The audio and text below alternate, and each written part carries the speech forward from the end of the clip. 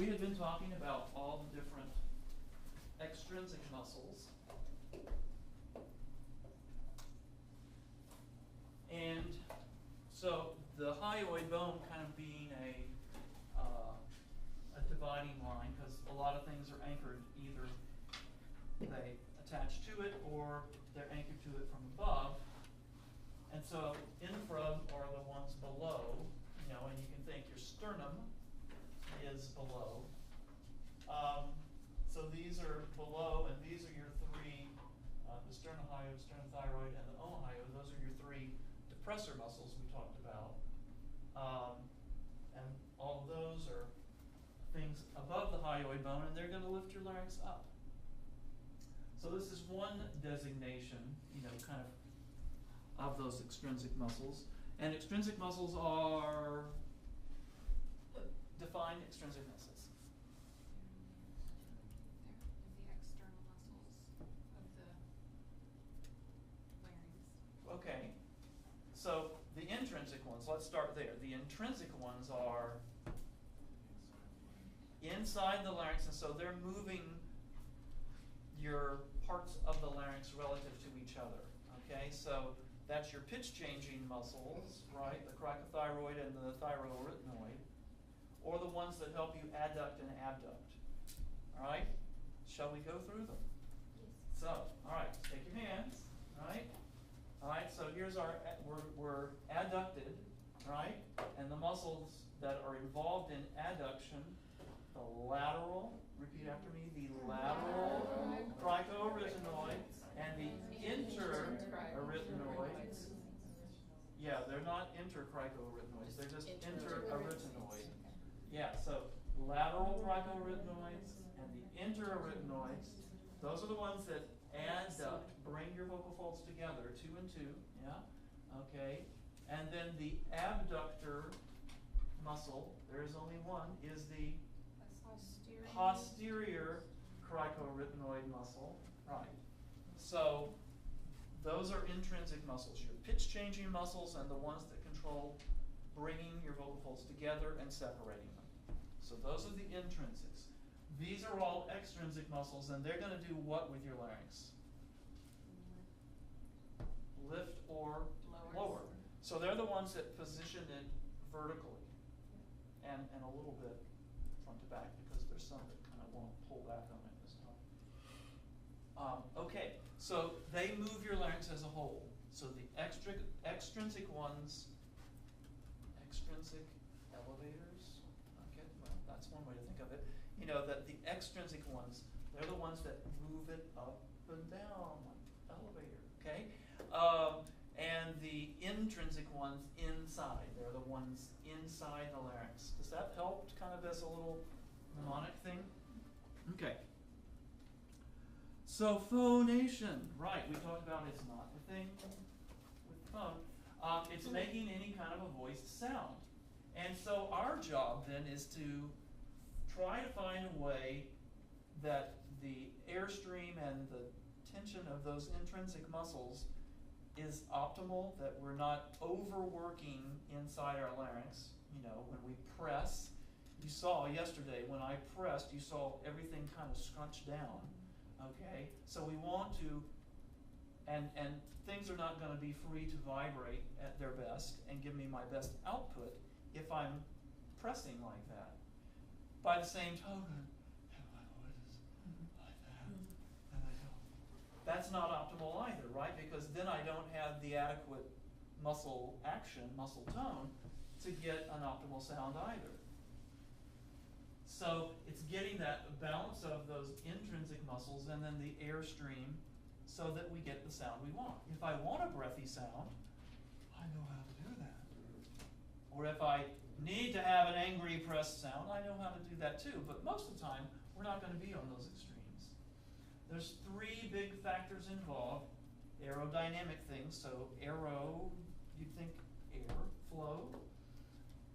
Myoelastic, so myo is a word talking about muscles. Okay, myosin is actin and myosin, those are the 2 big proteins in our muscles. And elastic, you remember watching the vocal folds vibrate, you know, that they have that suppleness to them, okay? The tissue wants to move when it's set into motion by the air. It has kind of an ability to deform and go back to its original shape. So there's these muscular and tissue factors, and then there's acoustic things, which we're going to save for later in the semester, that also play into it. So what's going to determine how much our vocal folds resist the airstream? And this gets into those things about, it's getting to the question of what makes somebody loud, for instance. So those muscles that bring our vocal folds together, the adductors, right, the lateral cricoarytenoid and the interarytenoid, so how much those muscles are working, and then how thick and stiff our vocal folds are. Think about, you know, if you've got one of those big, thick rubber bands that, you know, when the Sunday paper, you know, that has like 500 pages in it, and they have that really ginormous rubber band that's about that wide.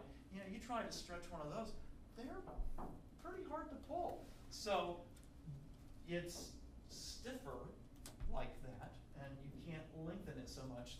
And the analogy of that with your vocal fold is when your TA is really working, it's harder for your cricothyroid muscle to stretch it long ways, right?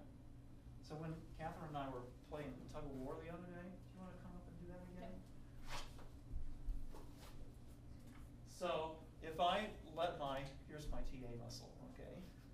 All right, so if I let my TA muscle go, go ahead and just pull my arm. She can pull my arm way on out, okay? But if I engage my bicep, which is now acting as our TA, notice hers had to engage too. In fact, my whole body's a little engaged because she's working it, okay? So it's less easy for it to elongate when I resist. Same thing, thank you. So your TA is gonna stiffen it up and tend to make it shorter and also bulk it up. So that's gonna resist the air more. Then this stuff, viscosity of the mucosa. Mucosa, I love saying that with a British accent. Mucosa, oh, my mucosa's not it's too viscous today. If I haven't been hydrated, I know, just go with it, okay? If I haven't been hydrating enough, and actually today that's true, I need more. If I were to get scoped right now, that mucosal wave might not be as supple as it was yesterday afternoon, because I had been pounding the water before we went down there to make sure it looked okay. This morning, I had one of these right after I got done running, and I've had the second one here. But that's all I've had, 2 of these since 4:30 this morning. So I'm a little, that's not enough, considering I ran a couple miles and stuff. So the more dehydrated I am, the less likely that vocal fold tissue is going to be all supple and happy. And as a result, it's going to take more effort, more breath pressure to get things into motion. Because they've done tests, believe it or not. They've tested a lot of things. They had a number of people involved in a study where they had them intentionally dehydrate themselves, and then they were measuring what's called phonation threshold pressure, the pressure that it takes to get a sound going. And so they're wearing a mask that's monitoring the flow, and they have a little pipe thing right in their mouth, and they're going, ha, ha, ha, ha, ha, and they're measuring how much pressure it takes to get voicing started. And so they had people intentionally dehydrate, and then the next day, and they got all the measurements, and then the next day, they had them take Humabid and super hydrate with lots and lots of water. And then they did the same thing, and they also were, I think, were doing scope exams at the same time. And, you know, they noticed very clearly that the more hydrated people were, the lower the pressure it took to get their voice to start. Which has a lot of implications for us when, you know, you're trying to sing that delicate pianissimo up high, or right in your passaggio or something like that, you want to really be hydrated that day, because you're going to have a greater dynamic range and greater subtlety and greater ease of singing if you're hydrated like that. Okay? Less air pressure means less effort. We like that. This one may look familiar to the graduate students from a previous exam that you have taken. When we're at high frequencies, I've kind of written down, you know, at your vocal folds.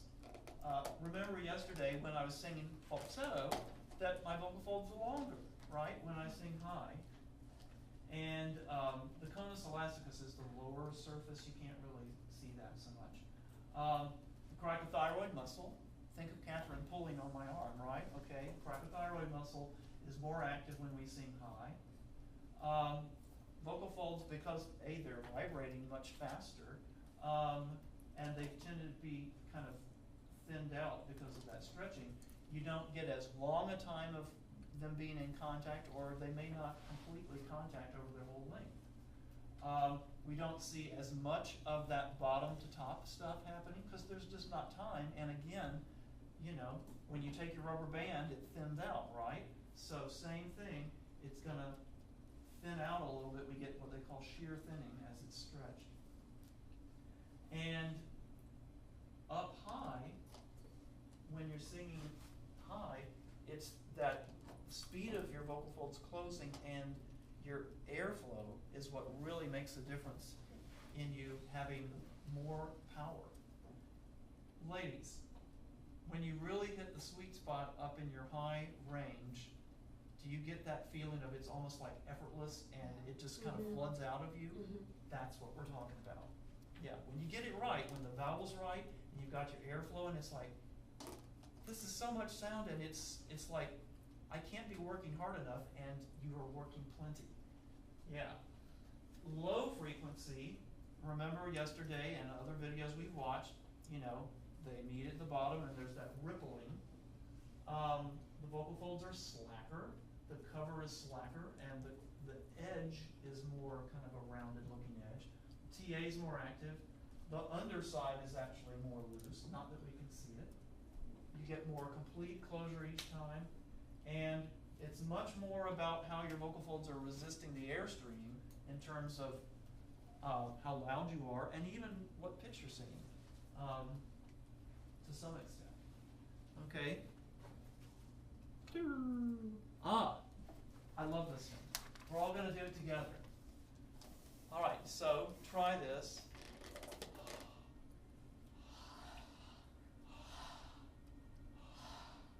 Okay? So that's, you're completely abducted. So we get a turbulent sound of the air flowing out, but that's it.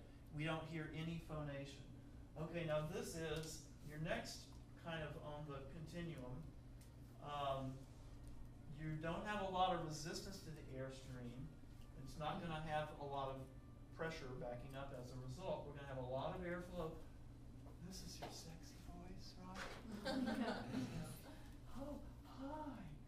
Happy birthday, Mr. President. Yes, yes. If you want to hear breathy voice, Marilyn Monroe singing Happy Birthday to John F. Kennedy, there is video of it. Seriously. Okay, so everybody, put on your sexy voice for just a minute. Oh, hi. When you see that special someone, right? Okay. All right. Of course, we don't know that. We're like, we go into that low mode, you know, the DJ voice, right? Okay, so breathy, all right, and then flow. This is that magic sweet spot, ladies, we were just talking about. And guys can probably get this too to some extent. It's probably more seen in women than men, I think. But where you, and this definition, fairly important, you might see it again. Highest possible airflow that you get complete closure at least some point in the cycle. Okay? Highest possible airflow where you still get complete contact. Okay? Then normal, hopefully I'm kind of talking in normal right now. Okay, everybody try that. Hello. How are you? Hello. Yeah, okay, that's like your normal thing that you sing in and speak in most of the time. Then we get starting to go into the danger zone, right? Okay, cue the Loggins and Messina song, right? Okay, that was a Top Gun reference. Sorry. Okay, so now our vocal folds are resisting the airstream a lot, and there's extra pressure. Okay, so this was me when I was talking press yesterday, and we all, you hear people who talk like that all the time, and you go, Like the governor of California. oh, Jerry Brown, yeah, he's really got that kind of, yeah, he's got that. Bill Clinton has an interesting mix of those two. You know, he's got the that. breathy and "Oh, pressed. I feel your pain." It's like he's, you know, he's pressed, and yet, you know, we get this husky. Yeah, you want to hear that again? Yes. I feel your pain. You know, which to me is the drunk frat boy who's been yelling at the football game all day. And he's now at the party talking over the band. Yeah, that's the sound whenever I hear Bill Clinton talk, I think. Yeah. Anyway, so this is, and also people who have what's known as spasmodic dysphonia, this kind of strangled voice where it's really breasted. If you listen to Diane Rehm, she does a show at 9 o'clock on NPR, and she has spasmodic dysphonia. She goes and gets treatments every couple of months. What do they do to treat spasmodic dysphonia? Botox. Young. Botox. In In fact, the most common procedure Dr. Simpson does, where they make their monies at that clinic, is doing Botox. They will line up like 10 of them in a row, okay, and because a number of people have spasmodic dysphonia, where this adductor spasmodic dysphonia, where their voice is really pressed. Okay, he goes in, okay, and in those adductor muscles, the interarytenoid muscle and interarytenoid muscles and the lateral cricoarytenoid muscles, they go in and they'll shoot in just a little bit of Botox, okay, to loosen up those adductor muscles so that they don't overwork like that. And then the person will have fairly normal voice. They'll usually do a week or two of therapy right after that. And they'll have pretty normal voice for a couple of months, and then their problem tends to come back. And they just, like every 3-4 times a year, they have to go get their Botox injection into those muscles. It's the craziest thing, but it works like a charm. So, yeah, Botox is not just for, you know, the worry lines or anything like that. And then the last one is no sound. Okay, so let's do them, hopefully. So no sound. Right, that's the heavy breather phone call. Okay, and then your breathy voice, right? Hi, happy birthday, Mr. President. I wore that favorite outfit.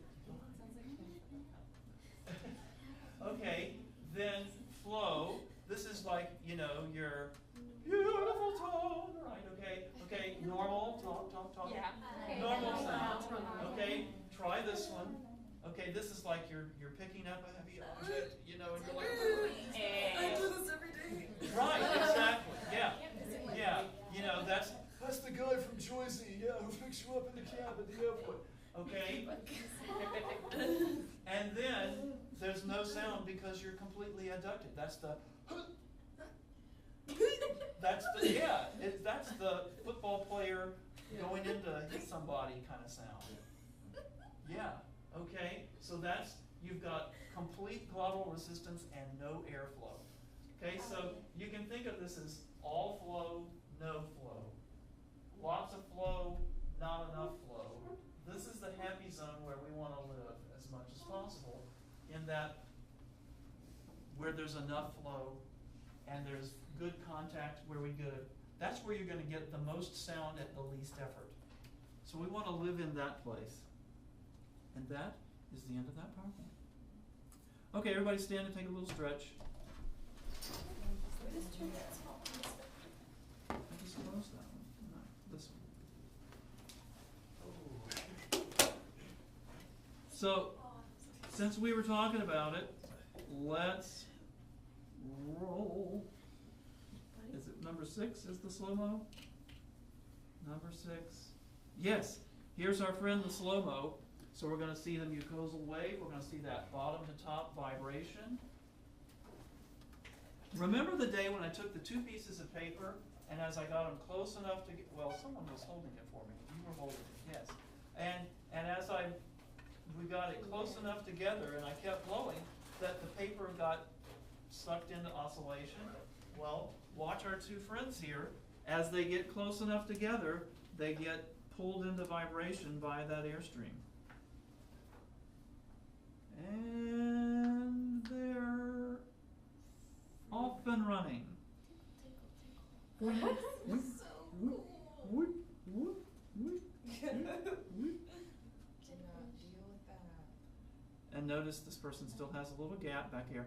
This person's got very nice, healthy vocal folds. You want them to be gray or whitish, kind of pearly white or grayish. A few capillaries visible, that's normal. You just don't want to be like beet red, as we saw on Jill's thing, you know, when she had the hemorrhage, or Dr. Simpson's when he had the laryngitis. Isn't that not good for have space in the back? Shouldn't they be It's, close? well, Because it's gonna allow air through the. that's true. A lot of people have that and have perfectly normal voices. In Okay. fact, the vast majority of people have a little gap. Probably more common in women than men, but I have seen it in a tenor friend of mine who sings professionally in Colorado all the time. You would never know it listening to his voice that he has a little posterior gap. You know? I bet if we took a look at yours, you probably have a tiny little gap back there at some times in your range. It's perfectly normal. Okay. I mean, ideally, yeah, we're gonna get complete closure, but how many people have that? It's hard to say. It's hard to say. You can certainly sing perfectly normally and still have a little gap back there. You may find that, I mean, you have real good, I've seen you sing a number of times, you know, and you tend to be able to sing nice long phrases. So you might have that pretty completely close back there. So. But it's not a sign of an issue. It's just. No, no. It's No. just biology. Yeah, just biology, yeah. Everyone's born with that little gap in the back. That's right. Well, I just looked like a problem because isn't the problem with nodes that they allow air to escape? Yeah, but the nodule is on the fold itself rather than back there. Oh, okay. Yeah. Oh, Now, I there see. is a problem back there called granuloma, which we'll talk about later, and that's a Sounds contact ulcer back on the arytenoid cartilages. You don't want that, because that hurts. I have a former student who had it, and she said it hurt like H-E-double, yeah. H double hockey sticks. Okay. It feels like bad vibes, like saying Macbeth in the theater, just talking about these like vocal issues. Okay, so this PowerPoint I'm just going to whiz through really quick so you guys can see, you know, in terms for study purposes, talking about, you know, we've already discussed this, like, well, what's its job, the cartilages, the hyoid, epiglottis. Yeah, you know, your epiglottis is that same kind of cartilage like your ear. So just take your ear and wiggle it around, or like the tip of your nose, yeah? Okay. Have you ever like sat there and actually tried to feel your epiglottis Oh, when you swallow? Yeah, It's the I weirdest actually, thing, being aware of it. when I had really bad reflux, my first year of grad school at Colorado, I had some really bad reflux, and I could feel it when I swallowed. I could feel my epiglottis, because it was swollen. That whole area was swollen, and I could feel it when I swallowed. And I talked to a laryngologist, and she said, yep, that's your epiglottis. You're just all swollen down there. So, bizarre. Okay, this is talking about all the different cartilages, but I wanted to skip ahead to, yeah, so that's talking about intrinsic muscles. We talked about this on the homework. You guys did the layers of the vocal fold, lamina propria. So you've got a skin to it, And then there's kind of like a little layer that glues the skin to all the stuff below. And this is where nodules actually begin, is in the basement membrane right below the epithelium. And also, when you get like a polyp, which is kind of like a blister, you essentially get a disengagement of that cover, the epithelium, from the stuff below. Okay? Just like when you get a blister on your skin, it's like on the palm of your hand you get a blister, it's like the skin has separated from the stuff below, you've got all this fluid in there. Same kind of a deal, okay? And then as you go deeper in, it gets more stiff. So that first layer is mostly fluid. You can buy hyaluronic acid dietary supplements. If you get, like you see the stuff for people who have arthritis and stuff, and it's got glucosamine and chondroitin and hyaluronic acid. Nobody has ever done a study to see if taking hyaluronic acid supplement would help your voice. It would stand to reason that maybe it would, but I don't know that anybody's ever done that. And floating around in that fluid is this stuff called elastin. Well, everybody grab your hair. Okay, that's collagen, right? Your hair is made of collagen, which is a protein. Okay, elastin is another protein. And elastin, like its name, what would you think elastin could do that collagen couldn't? Stretch. Right. So elastin is much more stretchy, pliable, and collagen is much more difficult to stretch. So as we go deeper, we get more collagen and less of that elastin. And the fibers start, instead of just kind of being diffuse, they start running more in the direction of the vocal fold, you know, the lengthwise, okay? Then you get on down and you're getting into the muscle and stuff. And there's a correction there in the book. McCoy says, I know this is a little thing and you're thinking, what? But I just want to tell you, viscosity is not how dense a fluid is, it's how it resists flowing. Yeah. Okay, so cooking oil will float on water. It is less dense than water, but it's got a higher viscosity. It resists flowing more than water does, okay? There's a crazy picture in Ingo Tietz's book of a prize fight, and somebody had just landed a punch, and you can see the guy's face, and you can see the tissue is deforming, and it's like, you know, one of those crazy slow-mo shots, no, you know, and the guy's face is going in response to just being hit. So his tissue has that elasticity, and eventually it would, of course, snap back to where it's supposed to go.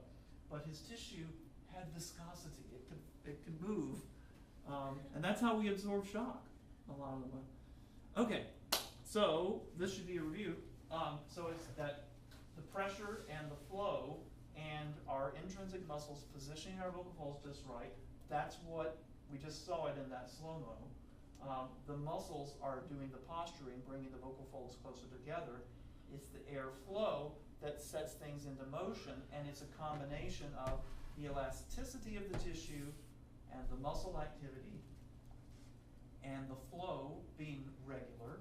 And yeah, there's pressure that builds up when they're closed. All those things are kind of involved there. So we saw that. So this gets to the question of, so how is it that somebody is louder than another person? Or how can a small person make a lot of sound, for that matter? Well, in order to get softer or louder, we're going to change our reduction. That's one thing, you know, because you can do, you know,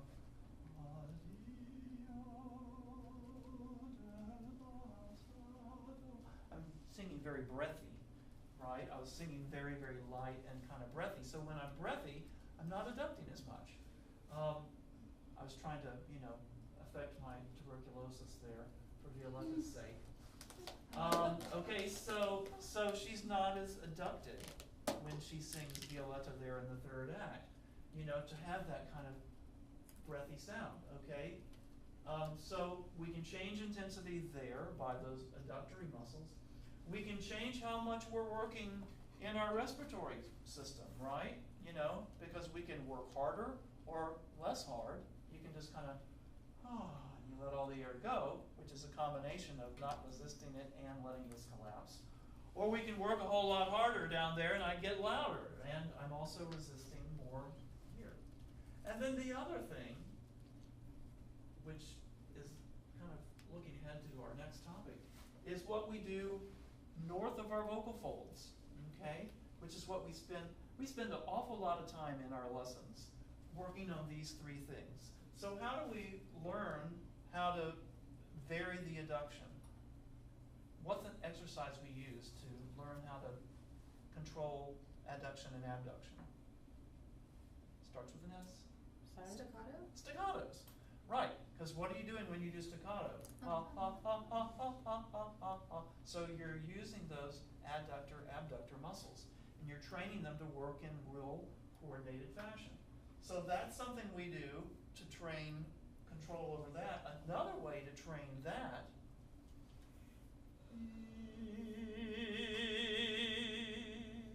messa di voce, right? Doing a long crescendo, decrescendo. Okay, that's a great way to learn that, as well as to work on this, changing our pressure, because you're not only adjusting adduction when you do that long crescendo, decrescendo, you're also ramping up your breath intensity, right? And so we do all sorts of work, lip buzzes, right? We do crescendos, decrescendos, we do loud, we do soft, we do high, we do low. So we're learning how to vary the pressure. And then this is all that in front of the mirror, moving your tongue subtly, that's it, right? Where we're learning how to shape ourselves to get the best bang for the buck, okay? So we can, if we're really tuned well, we get a lot of output for less effort. If we're distuned some, we don't get nearly as much sound. It might sound muffled or the quality is compromised, and it's like harder to do it too. Okay, so these are the three things we really gain command over in order to learn how to vary our intensity. Now I would venture to say that every single one of you, from the time you started school to now, your dynamic range has increased. You're able to sing softer and louder with greater control. The grad students on Friday, we're going to learn the test that we use for this, which is called a voice range profile, where we take like 10 spots throughout your range. How soft and how loud can you sing? And in fact, everybody in the class is going to do it before the end of the semester. But on Friday, grad students, we're going to do that in here to learn how that's done. Okay? So, we've already talked about this, but just reviewing. When we change pitch, we're changing that relative, who is winning the battle? Is it the TA? Is it the CT? Right? And this is our most efficient way to do pitch control, is with intrinsic muscles. This one is less efficient and less precise, and we typically do this down in low pitches. Okay, so if I'm talking like this, if I just raise my intensity a little bit, you'll notice that the pitch of my voice went up. It's not that I tried to make it do that, it just did, because I resisted more and I used more breath pressure and my pitch went up. Any of you guys been out observing that are in music ed in elementary schools? Okay, what happens when the kids crescendo? They sharp. Yeah. They sharp, because they haven't learned yet how to control this and make a crescendo at the same time. They don't have that independent yet of each other. And even the greatest of singers, I mean, people singing at the Met and La Scala and stuff like that, you'll hear them sometimes when they gun it just a little bit too much, you'll hear them start to sharp. I mean, Placido Domingo, I've got a recording of Franco Corelli, and he almost goes a half step sharp. He's holding this note at the very end of the aria, and the orchestra's cut off, and he really floors it, and you can hear the pitch going, kind of sharp supplement. Yeah. Okay? So this is effective when we're down low to use a little more breath pressure, but the higher you go, more support is not the answer to get it in tune.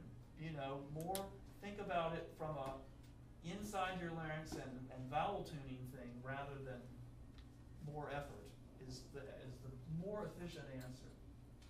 Okay, and it comes at a higher tissue risk, because if you up your breath pressure, your vocal folds are smacking against each other harder. So you always have to be thinking, is it worth it? Does that make sense? Okay, Austin, come with me for just a minute. Okay, would you stand behind me if you don't mind?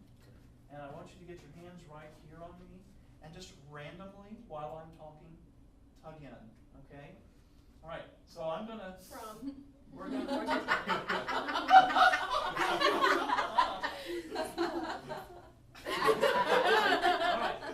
So I'm just going to randomly talk, and he's going to yank in on me somewhere here while I'm talking, and you're probably going to know. Did you hear what happened? My pitch went whoop.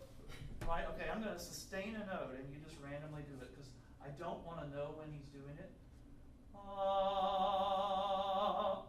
Do you hear my voice go whoop? Okay, thank you. All right, same thing when you're talking and you hiccup, you know, your subglottic pressure jumps up all of a sudden. Okay? And pitch goes up. All right. He always goes, interest. All right, so extrinsic muscles, what do? Think the elevator, right? They lift and lower, right? So they're going to move your larynx up and down. Only 3 ones lower it. Can you name them? Sternothyroid, sternohyoid, omohyoid. The 2 sternos and the omo. Okay. I have them written down. I didn't even look. Okay. Sorry. So we've got basic 3 kinds of extrinsic muscles: the ones that raise it, the ones that lower it, and then the constrictors, which are swallowing muscles.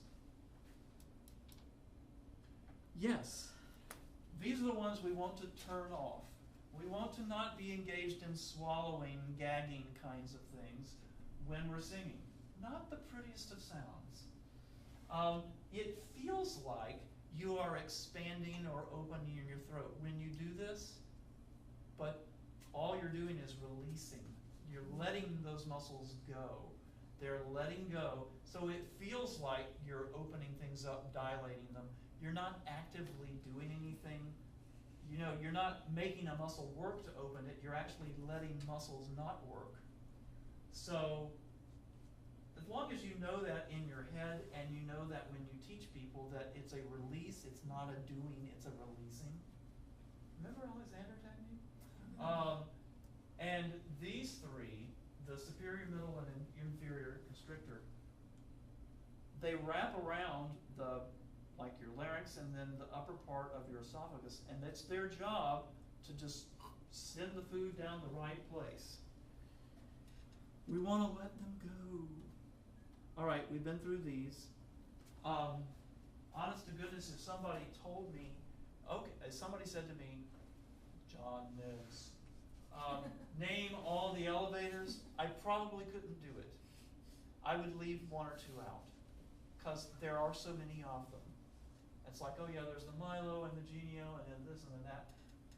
If you just remember the 3 depressors and are able to recognize this is not one of those 3, then it must be something that either constricts or elevates it. Yeah. I have a question. My mom had thyroid cancer, so she had her thyroid taken out. Mm-hmm. What does that do to the voice? Well, it can do a couple of things. When they do that, they have to move your muscles out of the way to get to it. And so that is a concern. They will have to, so they're going to have to move your muscles out of the way. So that's that in itself, it's gonna take muscles a while to kind of get back on track. The big danger with thyroid operations is if they do damage to the nerves that innervate your larynx. And that is, I believe, the next slide. No, depressors. Okay, so we've got, and I know we have one minute, we've got branches off of our vagus nerve, which also goes down to your heart. The superior laryngeal nerve, you've got a sensory branch, and then the external branch goes to your cricothyroid muscle. It's the only thing that goes to the cricothyroid muscle. So if somebody has a bad infection, and then they notice they can't sing high anymore, one of the things that Dr. Simpson and Dr. Dominguez would suspect is that you've had damage to that nerve. And oftentimes you can, antiviral drugs, if you take them immediately, or, there's voice therapy and stuff that you can do to kind of regain function. Past about a year, it's hard for anybody to make a sizable recovery if you've had damage to the nerve. This is the one that is life-threatening, though, because if they damage the recurrent laryngeal nerve, that's your adductor muscles, okay, which is responsible for, of course, protecting your airway when you swallow. Okay, so that's really important that that nerve does not get hurt. And so any competent surgeon, because it's going to be probably a head and neck cancer specialist who may be a laryngologist. I mean, Dr. Simpson probably does thyroid operations, or he would be a consultant with the head and neck cancer person who does that. To make sure, they know those nerves really well. Yeah. And they just make sure, okay, we're not damaging that nerve, because it can have pretty serious effects. Right. Was her voice rough after the surgery?